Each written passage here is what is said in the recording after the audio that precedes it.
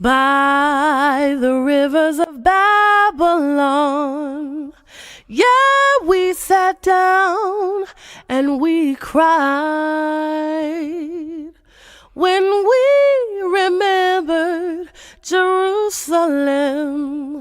We were sick, Lord, near to dying. Oh,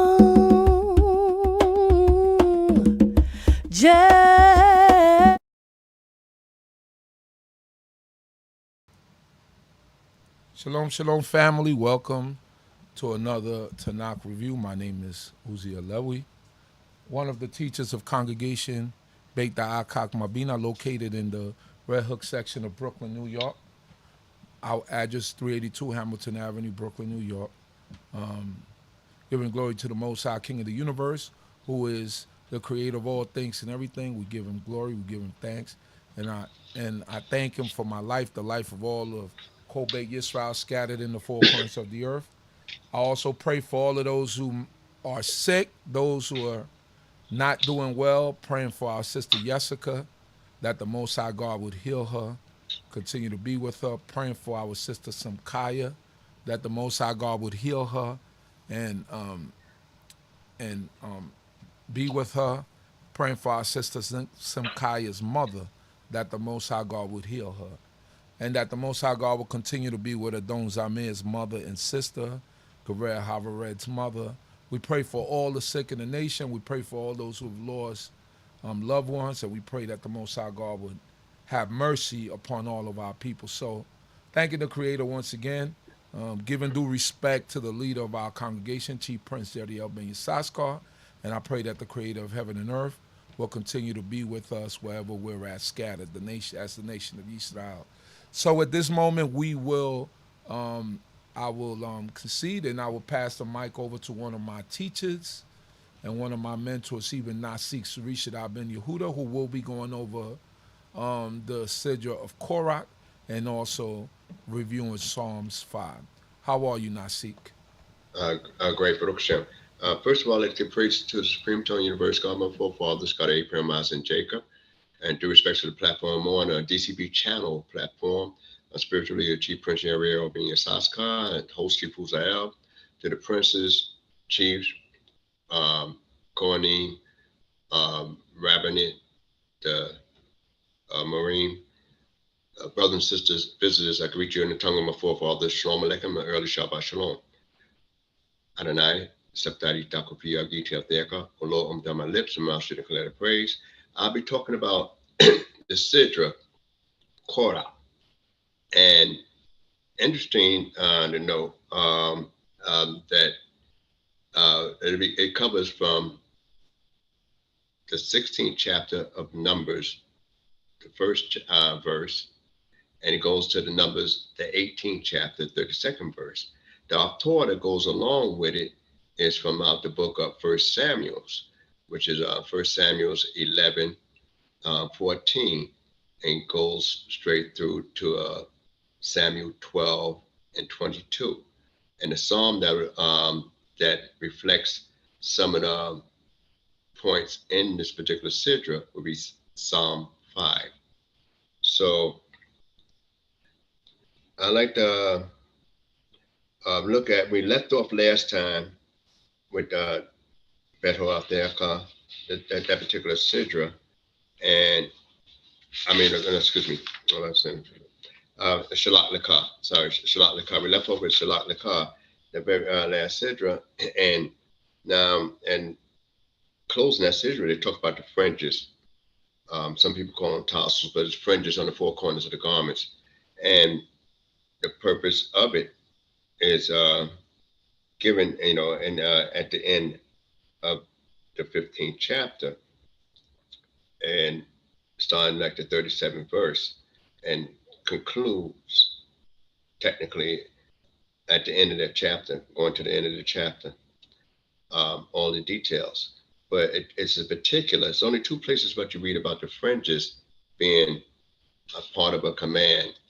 And which is interesting because we as Israelites, if you have garments on, outer garments that it should be actually corners, and the corners being on the outskirts sides. And this particular part use kanfo, which is wings, kanaf, so it's actually a wing type of a garment. So in other words, you have this. Some people are thinking it might have splits front and the back, but it's actually to the sides of your garment, 4 corners there. And if you don't have a garment that has those splits on it, I just let them bring it up because I see people sometimes might put fringes on, say loops in there, and then on their loops in the pants and stuff like that, and imaginary 4 corners. But if you don't have those on there, a garment that has those particular corners, you don't put a fringe on it. That's all. But the Lord's very specific here. In Deuteronomy, when it talks about it, it don't bring up the item of a blue cord. To kill it, it don't speak about that in the book of Deuteronomy when it speaks on that. So I just but it's you wear them to remind you of all the commandments of the Creator and to do them. So that's why you might see Israelites with string fringes all the time. You see the other the Jewish community with their fringes on and them little strings that people say. They say, "What you doing? What are you doing with those strings? What those strings mean?" Well, and they refer to as tzitzis. And the first time you really find the word that's used pretty much is actually in the HaKohen's articles of clothing, which they call a tzitz, which is around his forehead. So that's the first time you actually find a derivative. So a tzitz is like a little tzitz, where the Kohen, he would have a tzitz on his forehead, and that's what they call it, that little gold plate that says holiness to the Lord, and it has a blue cord, a ribbon or cord, whatever you want to describe it as, that he ties around his forehead, around the turban. It's supposed to be holiness, to the Lord. So that's what the Kohen actually has on as a frontlet, and it's called there. And a priest supposed to maintain knowledge, and a priest, his garments at the bottom doesn't have those corners like we described. That's recommended for Israel. So I just want to bring those particular points out there as we go forward. Now, the book of Korah itself, it talks about the rebellion of Korah. That's what this particular Sidra covers. It talks about the Lord threatening to consume the congregation of Israel. And it talks about the punishment of the rebels. And the censers are made into plates to cover the altar. Aaron stays the plague, which comes later on. The glory of the Lord appeared. Aaron's rod blossoms. Talk about Aaron's rod is being put up as a memorial. And talk about the people of fear coming around the sanctuary. And then in the 18th chapter, it goes on to the duties of the priests and the Levites. And talk about the priest portions, the Levites portions, and then it concludes with tithes. So I know as usual, I'm not going to cover everything. I just review and highlight certain points in this particular portion. And I like to just focus on this here, the opening part of the Sidra, Korah. And now in the 16th chapter of Numbers, it starts off, now Korah and the son of Ishar, the son of Kohath, the son of Levi, with Dathan and Abiram, the son of Eliab, and On, the son of Peleg, the son of Reuben, took men, and they rose up in the face of Moses with certain of the children of Israel, 250 men. They were princes of the congregation, the elect men of the assembly, men of renown. And they assembled themselves against Moses and against Aaron, and said unto them, Ye take too much upon you, seeing all the congregation are holy, and every one of them and the Lord is among them. Wherefore then lift ye up yourselves above the assembly of the Lord. Now, what's interesting, and I'm just going to go a little bit, what's interesting, and I read it because the verbiage, the wording is really unique. They say that the whole congregation is holy, but it starts with Korah took men. So Korah initiate this rebellion. And when he initiates this rebellion, and he got Dathan and Abiram, sons of Reuben, and on to the closest ones to work with him. And they got 250 men of the assembly. You know, these are princes, and they all is not from one tribe. And then it said, and they assembled the congregation against Moses and said, this whole congregation is holy. Is not Moses part of the congregation? That's something to think about. You know, if God's amongst them, is not Moses also in that presence of the congregation where God is amongst them? So why all of a sudden they say, you raise yourself up so high?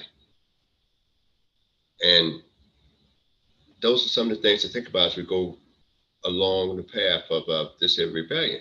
Now, this is the first time that you had an inward fight. Being Korah is actually, as most people know, is the first cousin of Moses. But what brings this on now? A whole year, the tribe of Levi, the Levitical tribe, was united on all fronts. Even the sin of the golden calf, Moses said all those on the Lord's side, and it said the whole tribe of Levi joined them. That means that everybody was in part of the golden calf situation, but you had a complete 100% commitment from the tribe of Levi at that time. So now you got a rebellion, and it's striking right at home. So we know not too long ago, you had an issue with Moses' sister and brother and his brother and Aaron. So we know right then and there that we had an issue with Miriam speaking out against Moses. It said Miriam and Aaron spoke against Moses concerning the Ethiopian women. All right, that was sibling, immediate relatives. Now you have another set of relatives having issues. And then you got to say, well, what would be the issue between Korah? And why would he assemble that? And why at this point in time? In the 4th verse, it said, when Moses heard it, he fell upon his face, and he spoke unto Korah and unto all his company, saying, in the morning the Lord will show you who are his and who is holy, and will cause him to come near unto him. Even him whom he may choose will he cause to come near unto him. This do, take you census, Korah, and all his company, and put fire therein, and put incense upon them before the Lord tomorrow. And it shall be that the man whom the Lord doth choose, he shall be holy. He take too much upon you, ye sons of Levi. All right, now he addressing this to Korah. Usually it's a question how many censer pans was used when we get to the end. And it's 250 dealing with the princes. There was those unnamed princes. That was part of that company. But, Aaron had a censer. That's 251. And he said to Korah, to take a censer. So Korah itself is like a rip and a tear. His name also means rip and tear, and also means cold. Like ice. In the sense of being ice in itself. So, but let's go on. There's something to consider: the meaning of his name, also the census he's talking about, the amount of census, because a lot of people just think of the 250 census, and we think about that's all was used in that contest. But he told Korah to also bring a censer, and also with Aaron's censer itself. But Aaron's since as we know, I'm just going ahead of the story a little bit, remain, usable for its particular purpose. So now, Moses already told him tomorrow. Now, one of the questions you ask, why, tomorrow? If we got an issue today, why not deal with it today? And then why that only Moses fell on his face at this time. But let's go on just a little bit and see what else we see. And Moses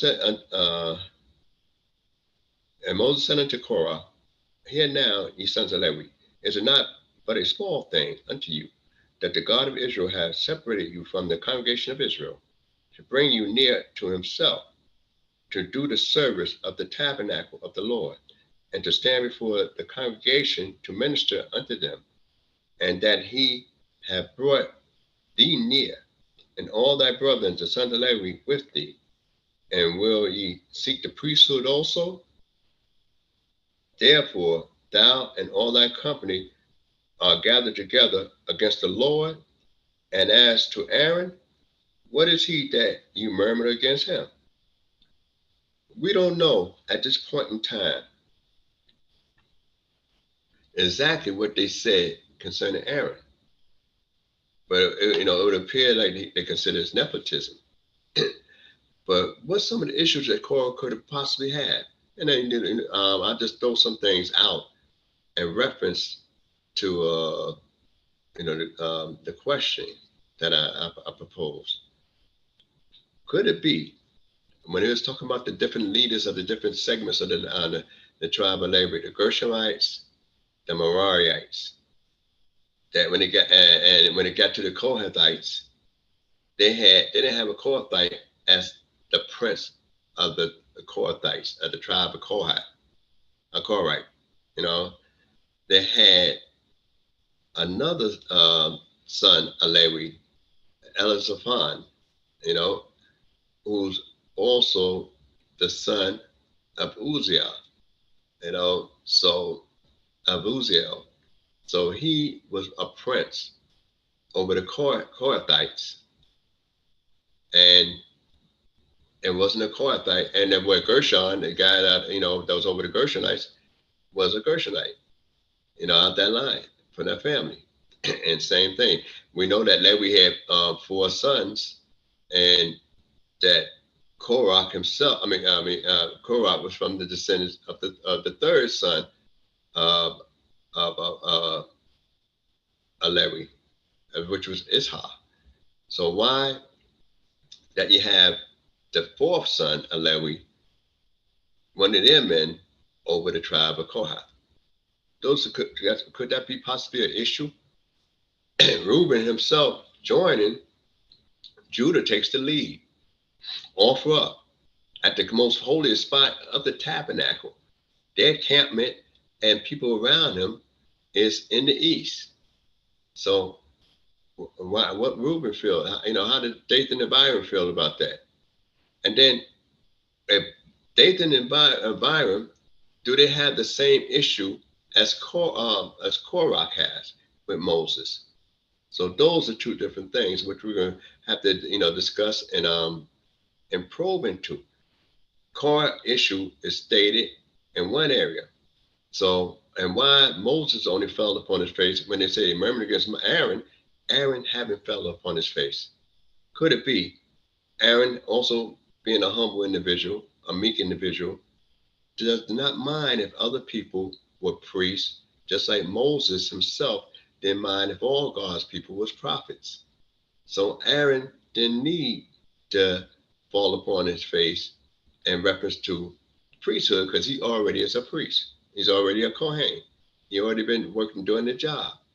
And now this comes behind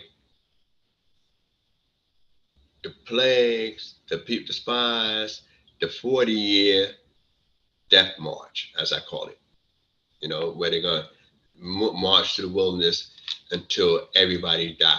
So that's a death march of that generation for 20 years old and upward except for the tribe of Levi, and like I said, and except for the women, those guys going to die. So that's basically, to all that generation die off, that's a death march. All right, so now as we go just a little bit further, it said, and Moses sent and called unto Dathan and Abiram, the son of Eliab, and they said, we will not come up. Is it a small thing that thou hast brought us up out of the land of flowing with milk and honey to kill us in the wilderness? But thou must need make thyself also a prince over us. Moreover, thou hast not brought us into a land flowing with milk and honey, nor given us inheritance in fields and vineyards. Wilt thou put out the eyes of these men? We will not come up. Now, the reason I'm taking my time and reading the opening, and I'm only going to focus on this rebellion part, is simply because the words that's used here. They themselves, a firstborn supposed to get a double portion of an inheritance. Reuben didn't get a firstborn and getting the proper respect, the tribe of Reuben, as they, as he figured, as the descendants figured they should have at this particular time. So now when we look, we know God said, okay, you're going to march 40 years in the wilderness. So, and then say you're going to die. All those that's 20 years old and upward. So of course, you're not going to get the land. And you said the land of Egypt was a land flowing with milk and honey, but yet you was oppressed. You were slaves. So you compare the land that the scouts had traveled through for 40 days. And they brought back to showing that as a prosperous land, a fruitful land. You compare that with Egypt, where you was a slave, and that you couldn't even get straw to build, to make bricks. And then you had a little section that you stayed in Goshen, but yet you saying you didn't get no land. You didn't have no inheritance of lands. So they'd agreed with the spies. They cried with the spies. And now, since you don't have the land, and you heard the death sentence, and you heard a few people that was already slain when they tried to go out and fight when Moses told them God's not with you, and it had a couple of plagues, and now you got this issue here with this rebellion. Now, what makes this rebellion so interesting is that it's pointed and centered at two people, Moses and Aaron. Now, Korah had to have a convincing argument. The people were holy, some true, but distorted truth, a bias type truth to make them look well, because they were, God was with them, amongst them, all the people. God fed all the people. So sure, Moses might know more. He might be have more insight, and might be able to commune with God a lot more better. But God recognized the whole congregation, of people, and the whole congregation is holy because God's presence will dwell with them when they're acting right. But in the holy presence of God, when you do something out of order, then you're gonna have some casualties. But they see the cloud, a pillar of cloud by day, and a pillar of fire by night. So they know the presence of God will dwell in amongst them. So they had some arguments that let them know that this is a holy people. But God chose us out and said, ye should be holy, for I am the Lord thy God is holy. And that's for everybody. He said, Israel, my son, even my firstborn. That's for everyone.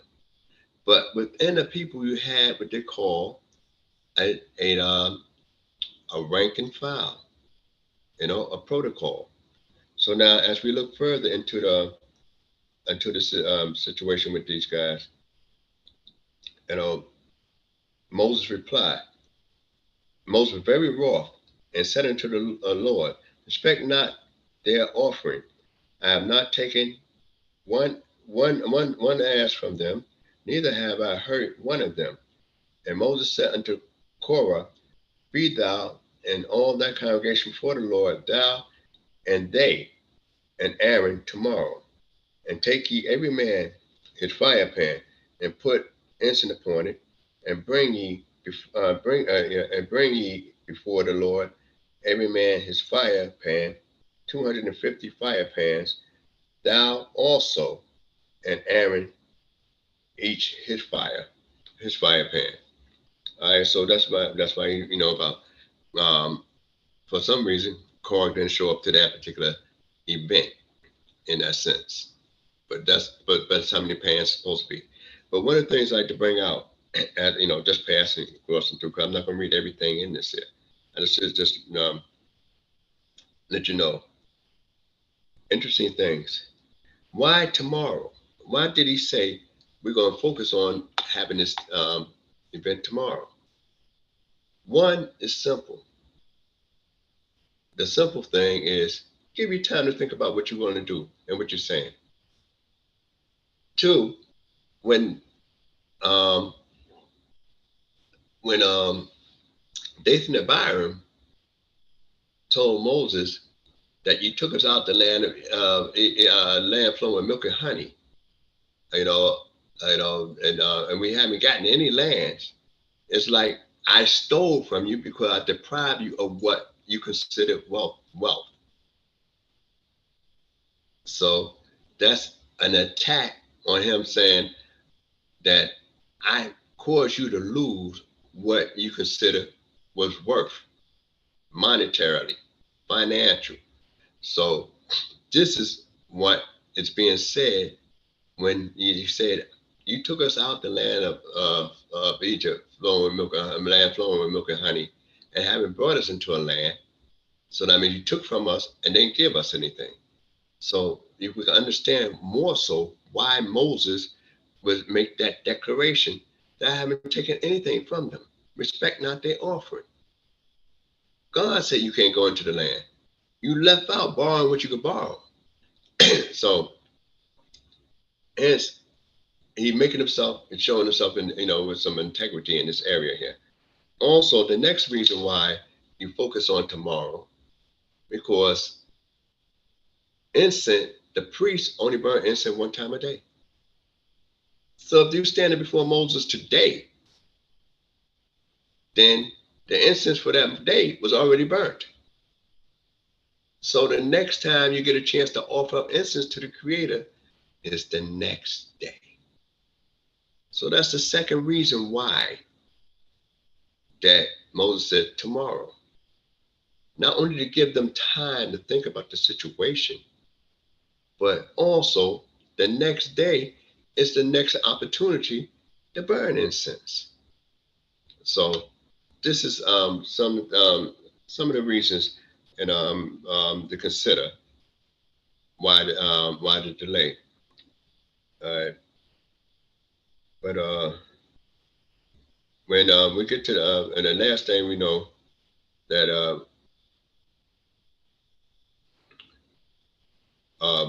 in the Lord in the 20th verse of that same chapter, the Lord spoke to Moses and Aaron, saying, separate yourselves from among this congregation, that I may consume them in a moment.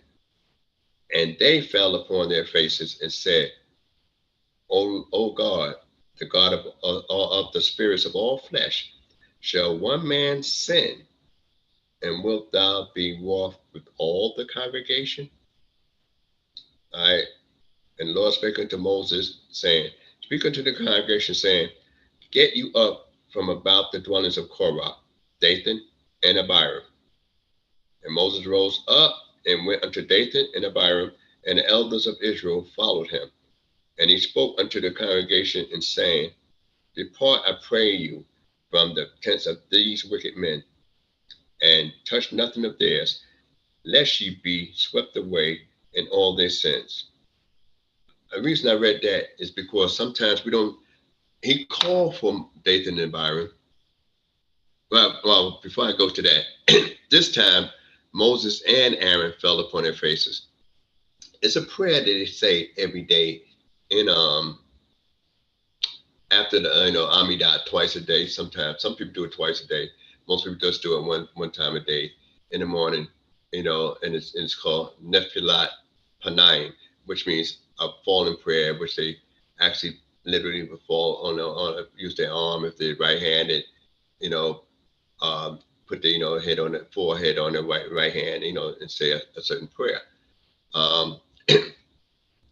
So that's where they get that from in the prayer book, from this particular thing where it's done. Now we know several times when people fell down, and prostrated themselves before the Creator. It's for different reasons. Sometimes because of a hard time, sometimes submission of approval, what the Creator is doing for them in their life. But sometimes it's to pray and save somebody more often. So when we recite that prayer, every single day except for, they normally say that prayer every day except for Shabbat,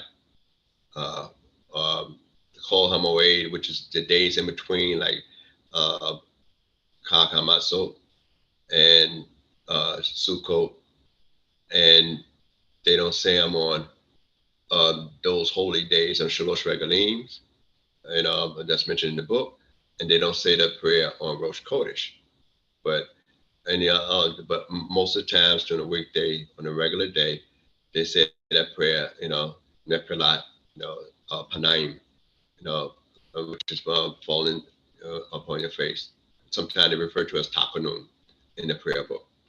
All right, and that's where they extrapolate that from. So now, one of the things is that Moses called for Dathan and Abiram. He was able to address Korah directly, but he sent for them and they refused to come up. So now he goes to where they're at this particular time and address them to show you. He could have just sent the messenger, but to show you how concerned Moses was, and following the orders of the Creator. He wanted to make sure he goes where the danger going to be and say to the people, get away from these guys here. All right, and he predicted what was going to befall them, and one of the things that you read, and I'm gonna skip just a few more verses now because it's pretty long, and I ain't meant to be that long in it. Is that I'll pick it up from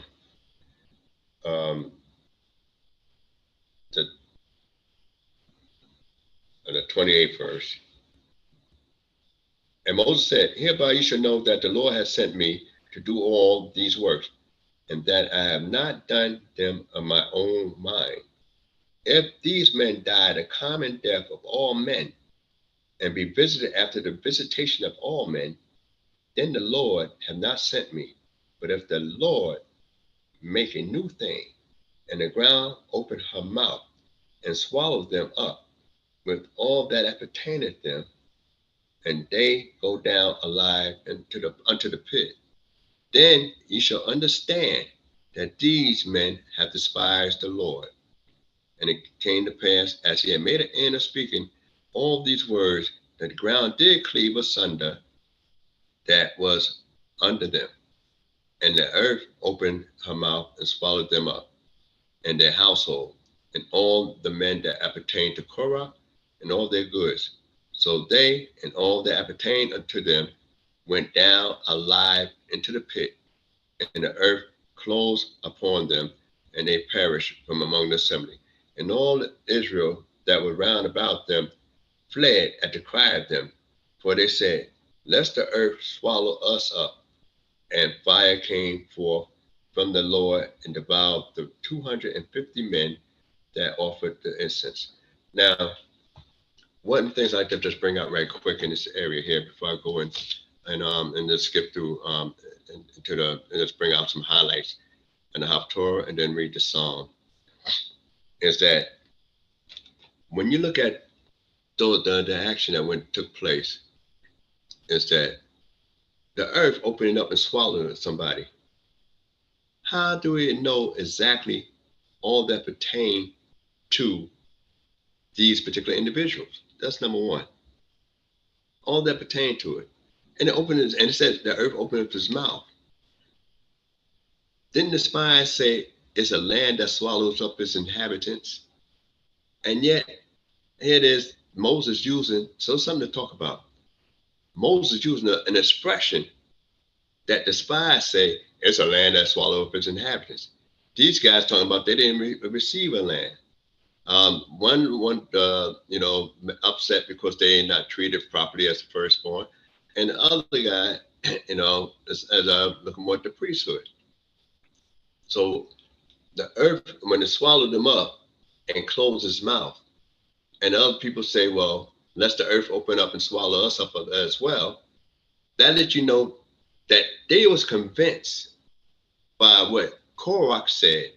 Even though they stepped away and moved away, they still were supportive of Dathan and Abiram and those 250 guys. Now, it's two dramas happening at the same time in two different places. One with the 250 princes being consumed by fire, and Dathan and Abiram and the Korah being swallowed up, and their family being swallowed up. What is interesting is that some people would think about, well, there's a difference between being wrong and being evil. And I like to bring out this particular point here, because some elements of evil, when you talk about evil, you're automatically wrong. Because when the evil is based against the rules and standards of the Creator. Neither one of those guys thought they was going against God. They thought they was going against strictly Moses. They didn't conceive of themselves as being, I'm going against the Lord God, that created heaven and earth. Also, those 250 princes, they wasn't trying to sacrifice to any other god. They genuinely wanted to serve and worship God. So they was wrong. Not wicked, but they was wrong. When you do something evil and wicked, it's usually to hurt somebody. When you do something wrong, it's really just you being, bringing it upon yourself. So, and I say that to let people know that oftentimes when we might be wrong, do things wrong in life, that don't mean that we evil. It's just that we made a bad decision and it affects us. But when we do something that affects other people in a negative manner, then that becomes not only evil, but it's also wrong. So there's a difference between these guys here. And they was that's why those censer pans was used to finish off the altar, because the brazen altar that was outside the courtyard, only was built up with metal, brazen brass around it halfway up. It's almost like, all right, we know God know the end of everything before it exists. It was completed with those other censer pans all the way up, those 250 censer pans all the way up to the top. So one of the miracles is how the altar burned so much all the time with meat and sacrifices, when only a part of it was covered with brass. That's one of the miracles too that you see, and you might want to talk about and investigate a little bit more. All right, so we know right then and there that it was, other stuff hit, other plagues hit after that, and the people wind up worrying about, murmuring because they killed the people of the Lord, but Moses is not the people of the Lord, and it was the Lord that killed them, but they still thinking about the people of the Lord being killed. And also one of the things about the plagues, the Lord caused a plague to come out. Moses, all he could tell Aaron was the plague started. And go up in the altar, go get fire, incense, and take fire from off the altar and put on the incense and go before the people. But the plague has started. and Aaron stood between the living and the dead. What is unique is that this is the only time he said, bring the fire from the altar. Where the other 250 guys got their fire? That's something to think about. Because, of course, only when the plague hit, after all the drama hit, that he told Aaron, then make sure you take the take incense and take the fire from the altar. Only then he tell you to bring the fire from the altar, not prior to the contest. So there's something to consider as we go, further into the book. And then we had the contest with the rods, and we know that Aaron rod, you had 12 rods plus Aaron rod. That makes 13 rods with everybody with their names on it. And then Aaron rod was in the midst of it. It says in the midst of them. And what's unique is that if it's in the middle, it's not closer to any other object. It's around it. So if it's around it, you know how people, when they go to a show, all the people up front, closer to this area, has better exposure to the entertainment. So when we look at Aaron and those particular rods, we find out in this particular point that Aaron rod was surrounded by them, but his budded, and then it grew a fruit, an almond. And it was later on, as a testimony that he was chosen. And that quells God's choice, who gonna be the priest forever. So that contest ended that area there. So I'm gonna just go, just highlight a couple things in Samuel before I move on. In Samuel, what we find out is that he renewed the kingship, and Samuel in the beginning of this particular Torah. So here, and they assembled them, the people, in the book of Samuel. He confirmed Saul as king, but he was anointed already before. But this time, he gonna anoint Saul king in a grand fashion. And it said, come, let us go to Gilgal and renew the kingdom there. So Samuel himself was a unique individual. And the reason I'm taking a little bit of time with this is because we read in the Psalms that, I'm not going to go there, but you read about the 99 Psalm 6 verse, about God sending, said Moses and Aaron is his priests, and Samuel is one that called upon God. So you read that in the 99 Psalm 6 verse.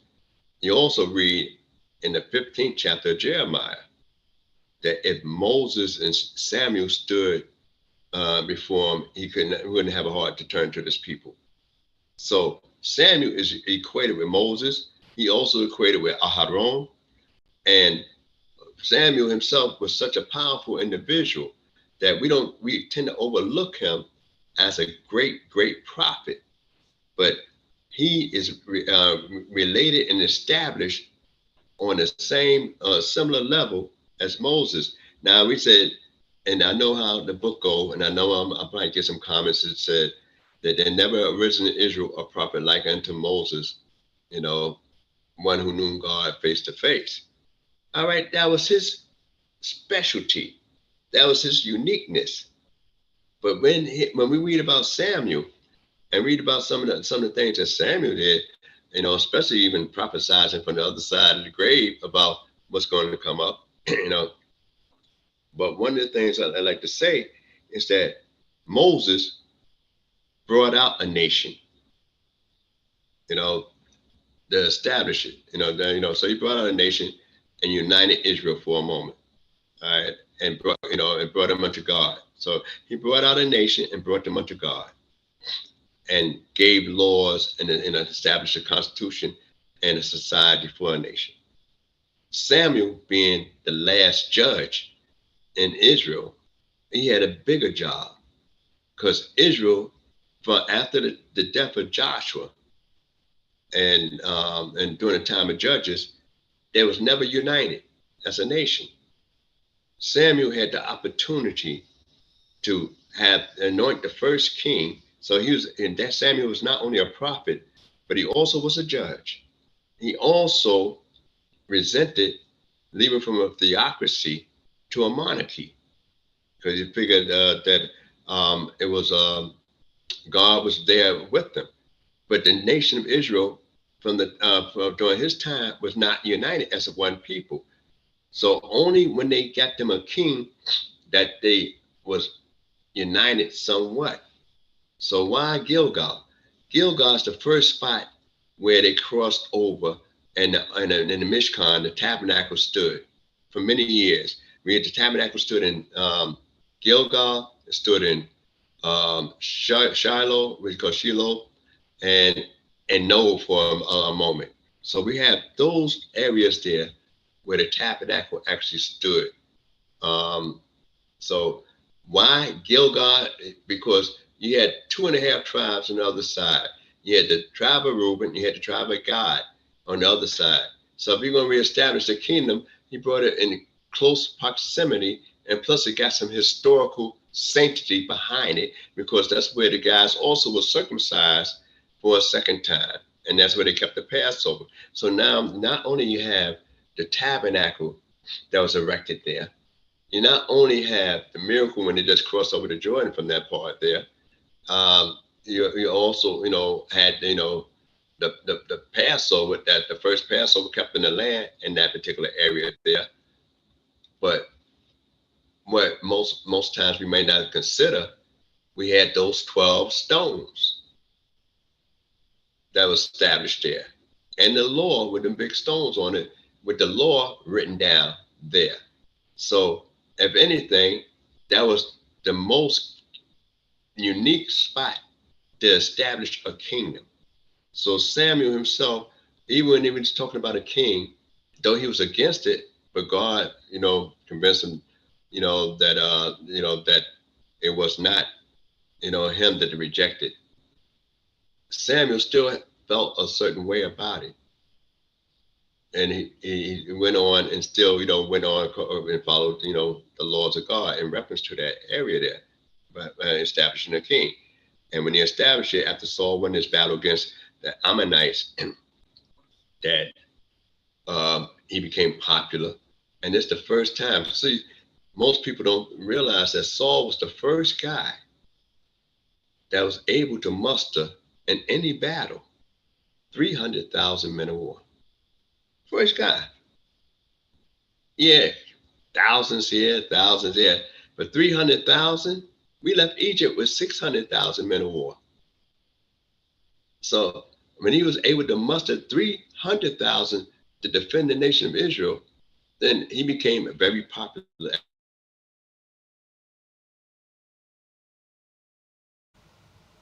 King Saul. Right. And so after he mustered them people and won their battle and stuff like that, he became very popular at that particular time. So now, they was able to solidify, and this is the first time Israel was actually solidified as a nation under King Saul's reign. All 12 tribes were united. Before that time, they have not been united since the time of Joshua. But they had been that's the last time the nation completely was united. You have judges over here, judges over there. Even Samuel had a certain circuit that he dealt with. But when the whole nation became united under King Saul. And so, the problem was just having a king like all the other people. But he was the best man at the time of the job. All right, so now we're going to go into the Psalms. Psalms 5. So we'll take it from Psalms 5. Okay.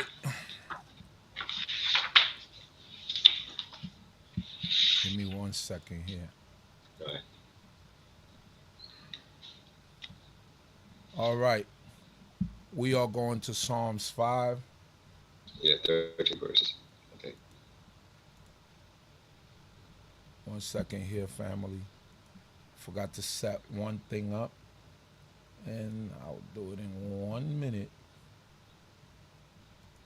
So, and what I was going to say earlier too about concerning Samuel when we was getting the king, is that he did exactly what Moses did, declare his integrity.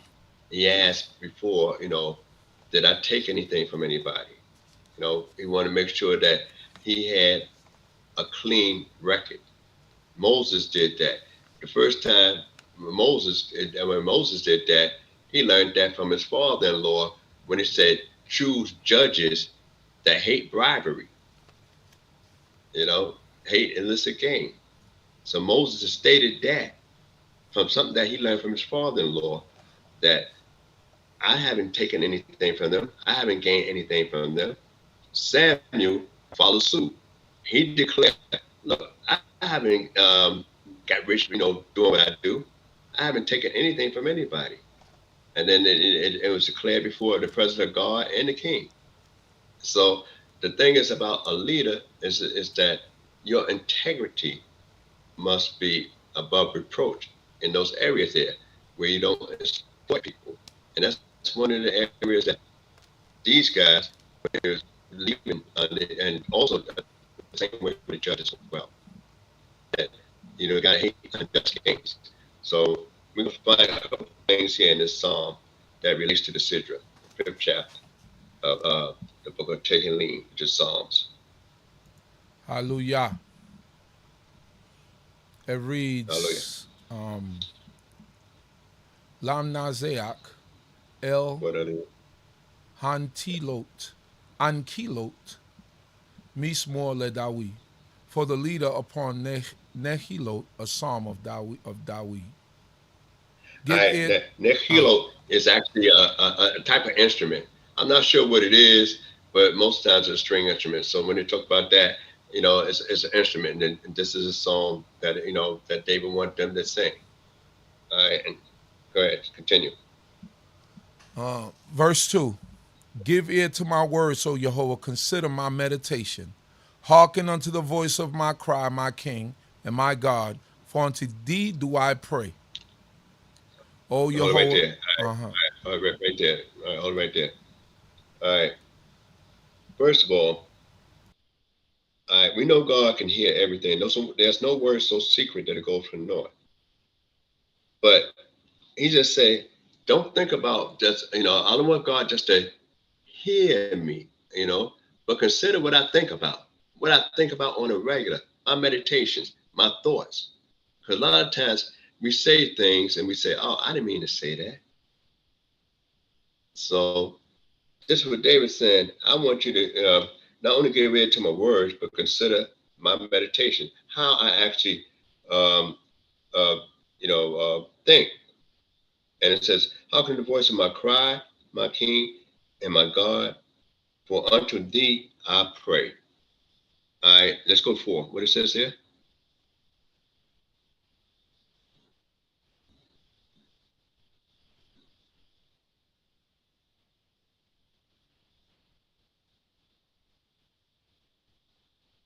All right, there, before we go forward. He sounds like he started his day off like that. And he says, in the morning, we have what they call shakari. Hold on, Prince, let me read verse 4 over. Okay. Verse 4, it reads, O Yehovah, in the morning shalt thou hear my voice. In the morning will I order my prayer unto thee, and I will look forward. All right. So I think what Nasik was trying to imply is that Melech Dawid, he rose early in the morning, and before anything, he got into prayer mode with the Creator. He went and he besought the Creator in order to ask God to be with him at that point. I don't know if you want to go out and come back in, Nasik, but I don't know if you can hear me, but you need to go out and come back in because your computer is freezing a lot. So yes, I think what he implied was that, regardless of whatever we have going on, that we need to always seek the Creator first. So we get up in the morning, send up that prayer to the Most High so that hopefully he will take heed to it and he will guide our steps throughout the day as we get up in the morning. And you have people that pray, 3, 4, 5 times a day. So it's a blessing in that. Let me see. Let me reach out to Nasik again.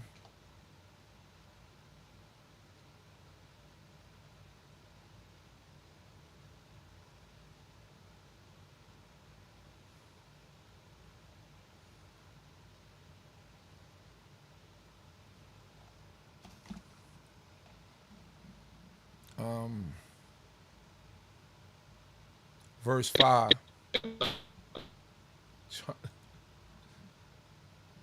Right now, Nasik is, he doesn't know that his computer is frozen.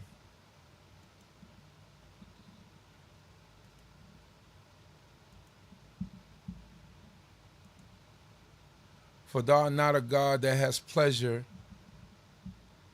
Verse 5. For thou art not a God that have pleasure in wickedness, evil shall not sojourn with thee. The boasters shall not stand in thy sight. Thou hatest all workers of iniquity. Thou destroyest them that speak falsehood. Yehovah abhorreth the man of blood and of deceit.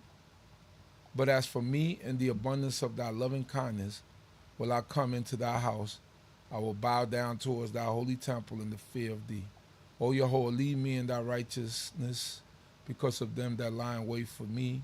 Make thy way straight before my face, for there is no sincerity in their mouth. Their inward part is a yawning gulf. Their throat is an open sepulchre. They make smooth their tongue.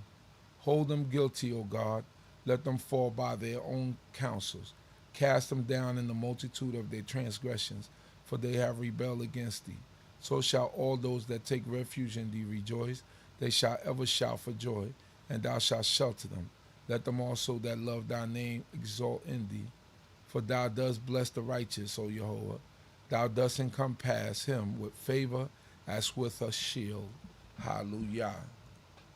So, all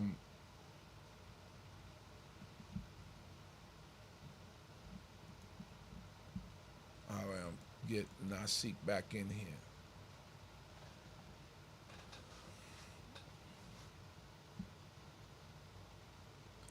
He's trying to reconnect now.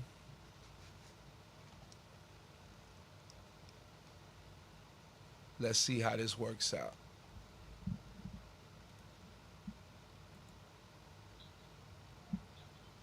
Shalom. I hear you. You getting a lot of, you getting like a robotic, you getting like a robotic sound. So, hello? Shalom? Yeah, you getting like a robotic sound, like it's a lot of like staticky.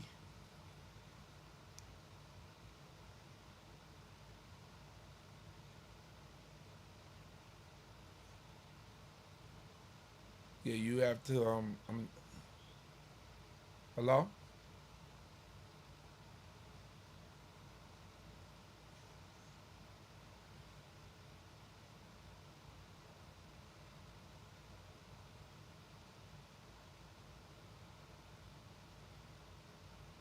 Yeah, you freezing a lot.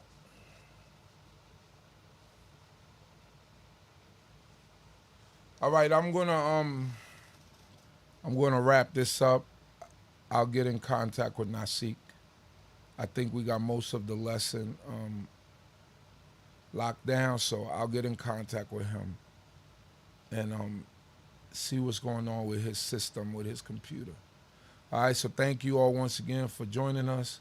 We pray that the Most High God will continue to be with us all, guide and protect us. Don't forget to tune in and with us in the morning. And I pray that the Most High God will continue to be with each and every one of us. Shalom, shalom. Hallelujah. May the Most High God bless you all.